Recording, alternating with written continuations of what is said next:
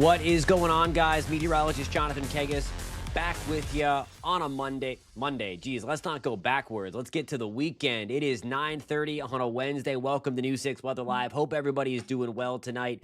If you're finding us for the first time, we'd love to know where you're tuning in from, or if you've been here every single night since we've started this thing a long time ago. Thank you so much for being here. We are coming at you live, of course, on News 6 Plus and on the News 6 YouTube page, of course, also on clickorlando.com. We have a ton to get to, as always, on the show. The weather never stops. First and foremost, it's been comfortable the last couple of nights. Just wait until you wake up tomorrow. We have not even felt the cold front slice through central Florida just yet.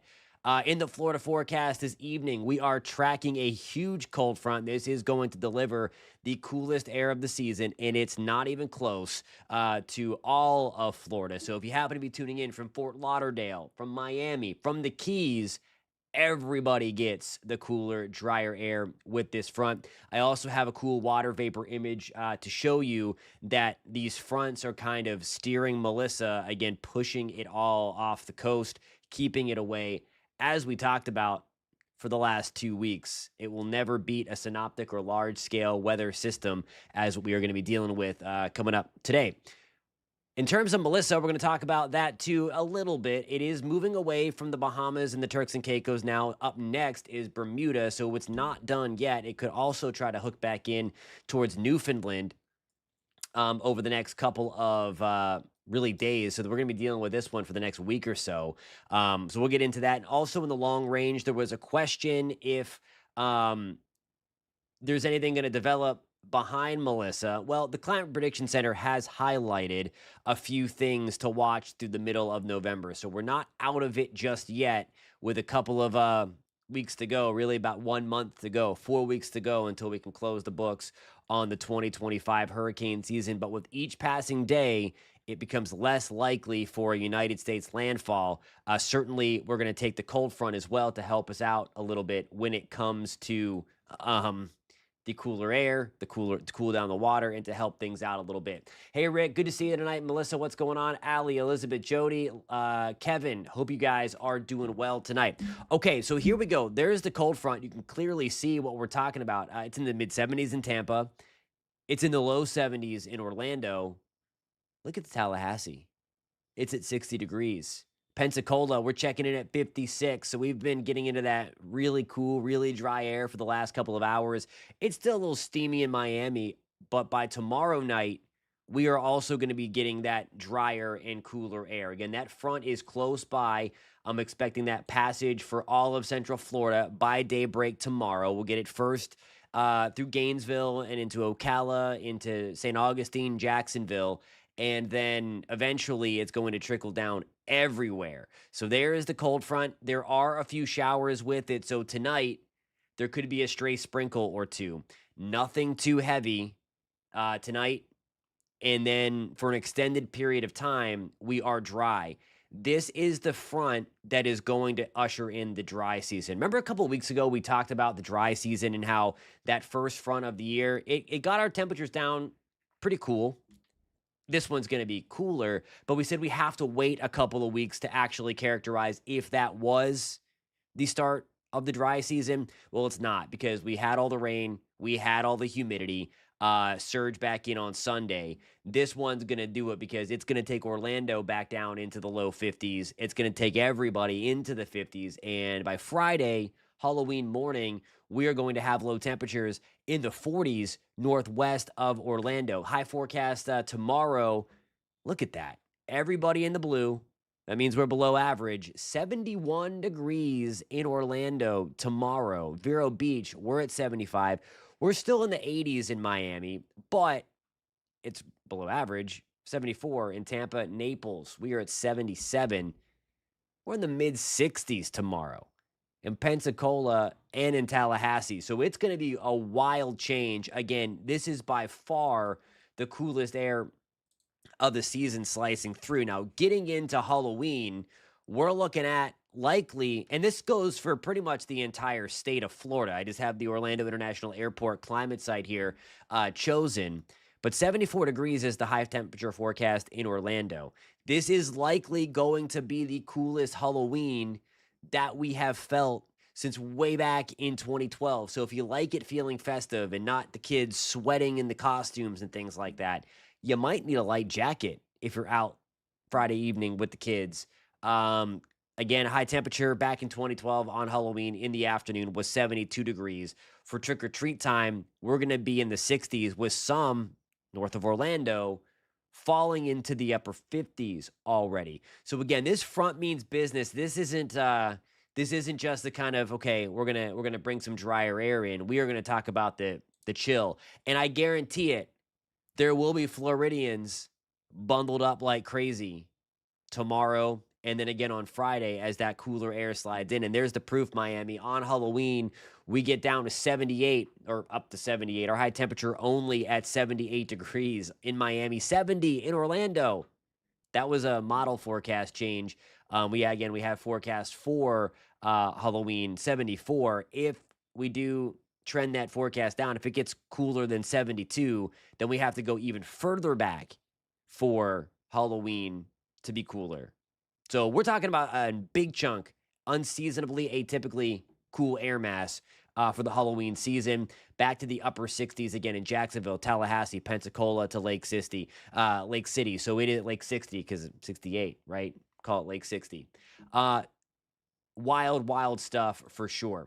I want to show you this before we head to break. I love showing the water vapor imagery. And what we have going on here is it just shows what's going on. So there's Melissa still trying to get its act together again after getting beat up by the mountainous terrain of eastern Cuba. Category 1 hurricane still at this hour moving through the eastern Bahamas and the western Turks and Caicos. But you see all that orange on your screen. Hit that thumbs up button if you see the orange on your screen.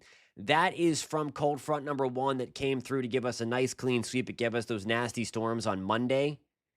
But the drier air is here behind it. That is kind of the force field, if you will, blocking Melissa from coming any further to the west. Again, this is what we had identified 10 to 14 days ago. And obviously confidence grew as we got closer and closer and closer because there could still be some model discrepancy on, okay, the timing of that front, of course. But it had looked for a very, very long time that front was going to be there. Not only that one, but then this one. You see that spiral?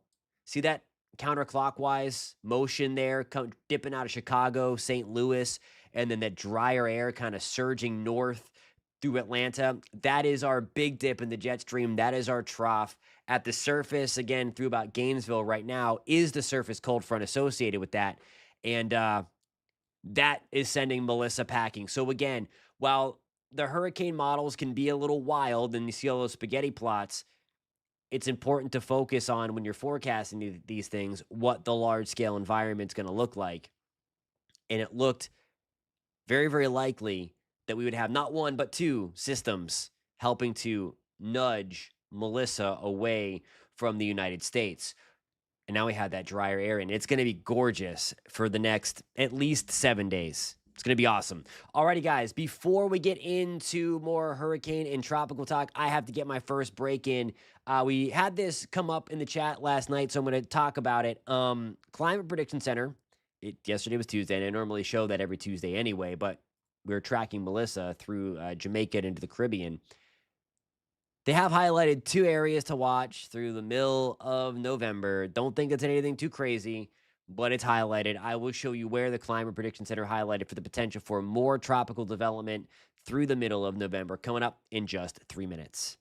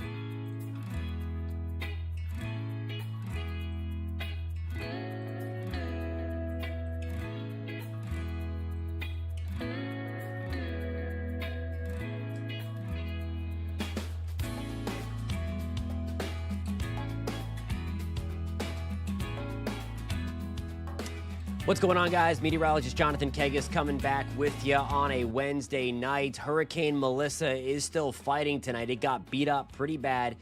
The highest mountains, some of them in the Caribbean, right there in Cuba. But still a relatively speaking powerful hurricane. It's Category 1 storm. Winds at 900 millibars. The pressure is 970. Let's hope we never have to deal with something with 970 mile per hour winds. The winds right now, maximum sustained, are at 90 miles an hour as it continues to batter parts of the Bahamas and in parts of the Turks and Caicos as well. This is expected to lift to the north and east over the next couple of days toward Bermuda. They are in the crosshairs, and you see it is expected to strengthen even further again as we move into Thursday to Category 2 storm, likely going to miss Bermuda to the west. Still a 100 mile per hour storm, so we're still talking about this thing becoming a hurricane or a Category 2 hurricane again before eventually weakening. But you do see that pullback back toward Newfoundland, so there could be some. It may not be scientifically, meteorologically speaking, tropical at that time, but they could be dealing with near hurricane force wind gusts up in parts of the Canadian Maritimes as this thing lifts up into the north, into the east. So that is that part of the equation. Actually, Andy brought this up yesterday about the Climate Prediction Center outlook, and we may not be done yet. The signal is not all that strong. We're going to show you some of the ensembles there that are kind of highlighting that. Hey, Jennifer, what's going on? Hope you're ready for the cooler air, getting ready to come through North Florida. It's working its way as we speak. November 5th through November 11th, there's that peach shaded color, greater than 20% shot for development, for something to develop around Central America and then try to lift its way to the north towards the Yucatan. Obviously, we don't like when things lift north in that part of the area. Melissa did cool a little bit, but nothing crazy. That ocean heat content is going to refill itself very, very fast. And then even further in the second week of November, there's a secondary area that the Climate Prediction Center has highlighted. Whoops, went too far on that one. Let me get you back to the graph. I lost it, or the chart. There you go. So they have the two areas highlighted. The second one looks destined for Central America if it gets going. And it's a big if. As they say in Hercules, if is good. And again, it's not going to be, there's not a big signal for this. And I'm going to show you the ensembles to show you those two areas. Let me get to the other weather computer, and I'm going to flip that over. This is the European ensemble. So you see down there in the Western Caribbean, whoops, I put my mouse over the wrong thing, so that popped back up. I'm going to get the telestrator out so we can draw. So there's the one area. There's the second area, or really that's the first and that's the second. So there's a little bit, there's 2 out of the 51 ensemble members show something trying to go and then lift. Okay. Again, a very low signal at this point. Something to watch. Very low signal.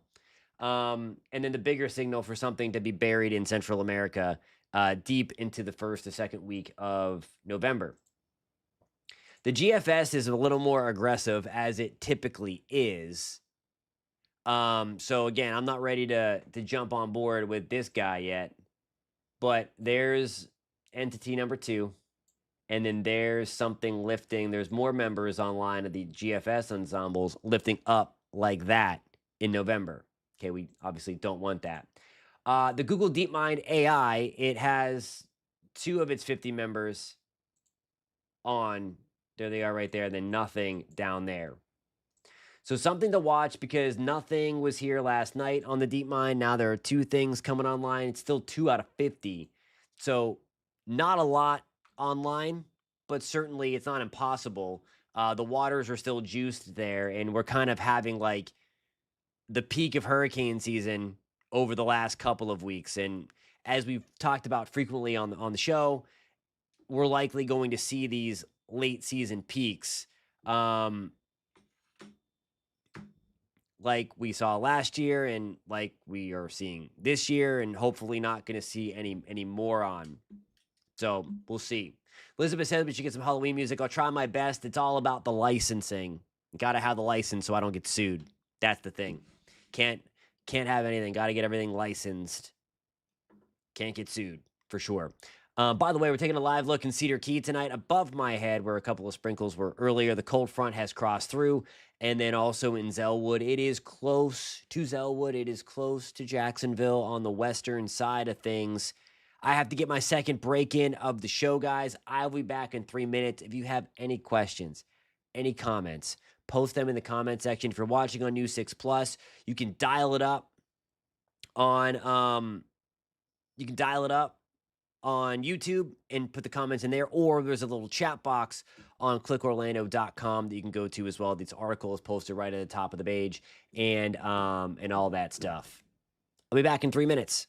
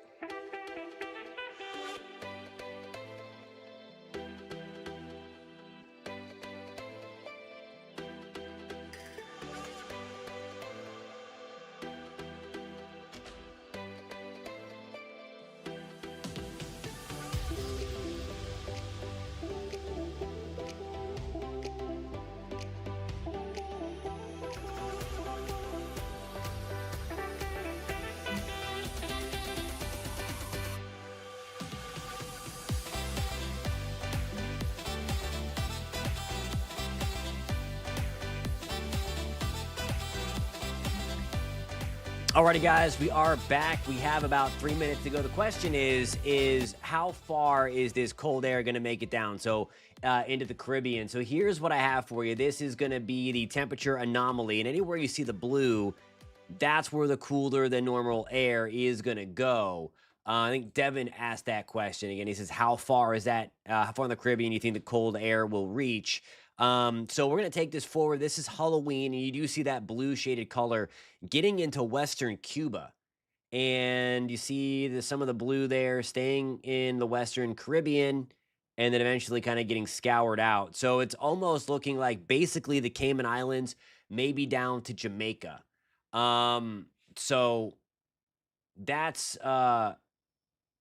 that is the deal there as we get that down. So this front has this All right, let's see here. We're gonna. All right, I put that guy in timeout.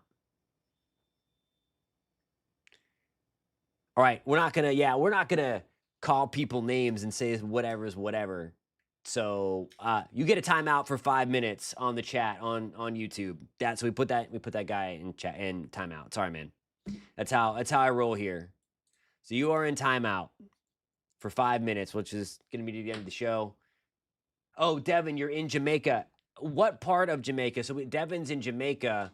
If you could tell us what part, how you're doing tonight, I'd love to hear how you guys are doing and what part of Jamaica you are in. We're thinking about you tonight and always after being hit by Melissa.